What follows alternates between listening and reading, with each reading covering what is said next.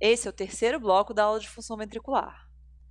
Nesse bloco, a gente vai estudar o efeito das mudanças de alguns determinantes do débito cardíaco sobre diagramas pressão-volume. Se você não se lembra mais desse diagrama, recomendo fortemente que você reveja o bloco 3 da aula do ciclo cardíaco. Ele é rapidinho, tem só 4 minutos. Se você lembra, ótimo. Aqui, a gente tem o diagrama pressão-volume de um coração normal. Vejam que ele está limitado por duas curvas pontilhadas, que nunca tinham aparecido antes. Essa é a relação pressão-volume sistólica final, determinada pela contratilidade do coração. Aqui, temos a relação pressão-volume diastólica final, determinada pelo estado lusitrópico do coração. O lusitropismo está relacionado à capacidade de relaxamento do músculo. Um lusitropismo aumentado significa que ele consegue acomodar o mesmo volume de sangue em um valor de pressão mais baixo. É como se o músculo estivesse mais relaxado.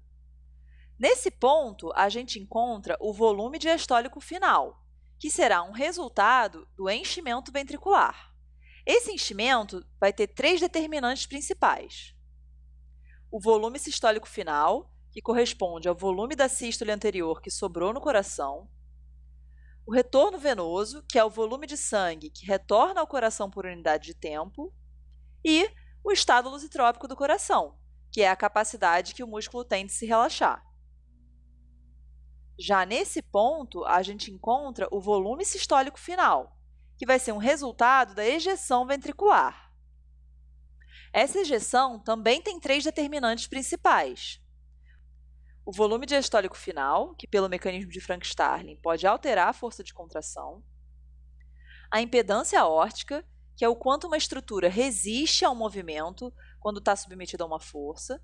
Nesse caso, o quanto a aorta resiste ao estiramento quando ocorre a ejeção do sangue.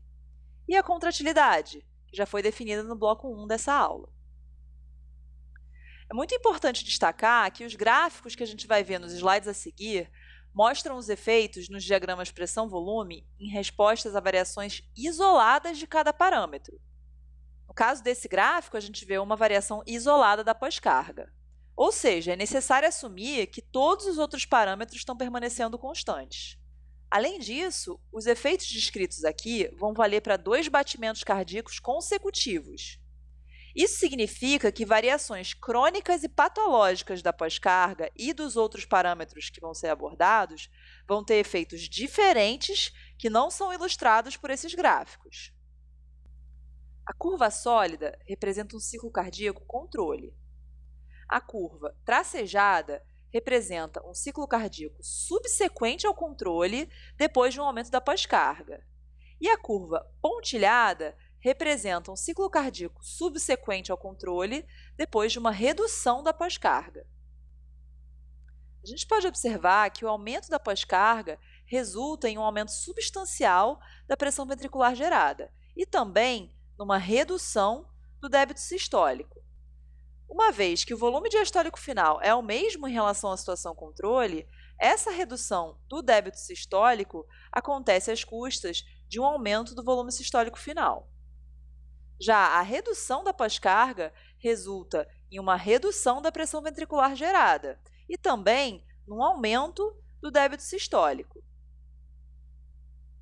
Uma vez que o volume diastólico final é o mesmo em relação à situação controle, esse aumento do débito sistólico aconteceu às custas de uma redução do volume sistólico final. Aqui, a gente tem a curva tracejada representando um ciclo cardíaco subsequente ao controle, depois de um aumento da pré-carga, e a curva pontilhada representando um ciclo cardíaco subsequente ao controle após uma redução da pré-carga. A gente pode observar que o aumento da pré-carga resulta num aumento discreto da pressão ventricular gerada e também em um aumento do débito sistólico. Esse aumento do débito sistólico acontece a partir de um aumento do volume diastólico final com a manutenção do volume sistólico final. Já a redução da pré-carga resulta numa diminuição discreta da pressão ventricular gerada e também numa redução do débito sistólico, que aconteceu a partir de uma redução do volume diastólico final com a manutenção do volume sistólico final. Já nesses gráficos, que mostram variações da contratilidade, a curva controle é apontilhada, enquanto a curva sólida mostra uma redução da contratilidade à esquerda e um aumento da contratilidade à direita.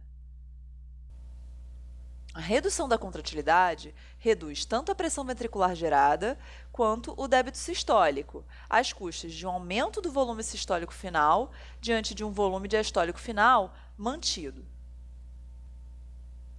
Já o aumento da contratilidade aumenta tanto a pressão ventricular gerada quanto o débito sistólico, às custas de uma redução do volume sistólico final diante de um volume diastólico final mantido. Por fim, esses gráficos vão mostrar variações do lusitropismo. A redução do lusitropismo faz com que o coração atinja a mesma pressão num valor mais baixo de volume diastólico final. Consequentemente, ocorre uma redução do débito sistólico para um volume sistólico final mantido. Já o aumento do lusitropismo faz com que o coração atinja a mesma pressão num valor de volume diastólico final mais alto. Isso vai resultar num aumento do débito sistólico para um volume sistólico final mantido. Para fechar essa videoaula, a gente vai ver agora alguns conceitos sobre trabalho e potência cardíaca, além de algumas aproximações com utilidade clínica. Relembrando o conceito do ensino médio, a gente tem que trabalho é igual a força vezes distância. Como pressão é igual a força sobre área, a gente pode substituir o termo força na equação do trabalho. A gente fica com trabalho é igual a pressão vezes área vezes distância, sendo que área vezes distância pode ser substituído pelo volume. Logo, o trabalho sistólico corresponde à área do diagrama pressão-volume, mostrado em cinza claro, e pode ser calculado de forma aproximada pelo produto da pressão pelo débito sistólico. A área mostrada em cinza escuro corresponde ao trabalho executado pela inércia do sangue que retorna ao coração e pela sístole atrial e não entram no cálculo do trabalho sistólico. Já a potência, que é o trabalho executado por unidade de tempo, é medida pelo trabalho minuto. O trabalho minuto corresponde ao trabalho sistólico multiplicado pela frequência cardíaca. Uma vez que o trabalho sistólico é o produto da pressão pelo débito sistólico, o trabalho minuto vai ser igual à frequência cardíaca vezes a pressão vezes o débito sistólico. A importância do trabalho minuto é que ele é diretamente proporcional ao gasto energético, que por sua vez vai determinar o consumo de oxigênio miocárdico. E esse é um parâmetro muito importante, particularmente em doenças que cursam com isquemia. Com relação às aproximações para uso clínico, a gente tem a pressão venosa central como indicador indireto da pré-carga. Esse é o valor de pressão no átrio direito e nas grandes veias, e pode ser obtido a partir de um catéter venoso profundo, posicionado na veia subclávia ou na veia jugular. Quanto maior for a pressão venosa central, maior vai ser a pré-carga. No entanto, essa é uma medida indireta e tem suas limitações, porque a PVC reflete um enchimento venoso, que vai influenciar o enchimento ventricular durante a diástole, mas não é o seu único determinante. Uma outra aproximação é a pressão arterial como indicador indireto da pós-carga, na ausência de estenose aórtica significativa, porque na presença da estenose aórtica, a pressão arterial não vai refletir o valor da pressão intraventricular. Finalmente, o duplo produto funciona como um indicador do consumo de oxigênio miocárdico.